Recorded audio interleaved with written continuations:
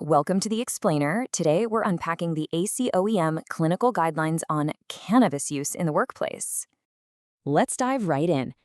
Over the last 30 years, cannabis THC potency has skyrocketed by 400%.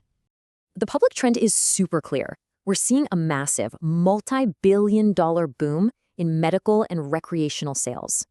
But compare that boom to the clinical reality.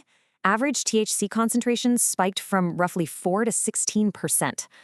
Crucially, THC is the psychoactive compound that actually causes impairment. CBD doesn't significantly activate those same receptors. So, this brings us to a huge clinical question.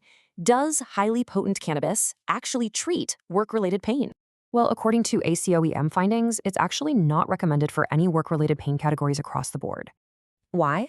Because there's literally zero quality long-term evidence proving cannabis is better than standard treatments like NSAIDs. Beyond pain, severe psychiatric risks emerge. An Ontario study showed an alarming 280% higher schizophrenia risk. The physical risks are equally stark. Data shows a 2.5 times higher risk for heart attacks and oral cancers. Dependency is also a real threat. Around 22 to 30% of users eventually develop a cannabis use disorder.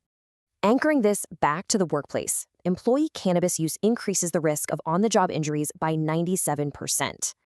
And the impact continues. Employees using marijuana experience 78% more work absences than their non-using peers. The danger even extends to commuting. Impaired drivers face more than double the odds of a fatal collision. Ensuring safety is incredibly tough, mostly because blood THC levels just don't reliably correlate with a worker's actual impairment. The National Safety Council is clear on this. Cannabis is fundamentally incompatible with performing any safety-sensitive functions.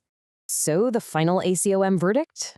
They firmly advise against any cannabis use for workers in safety-critical roles. I'll leave you with this. How can our workplaces balance booming cannabis popularity with these undeniable safety risks?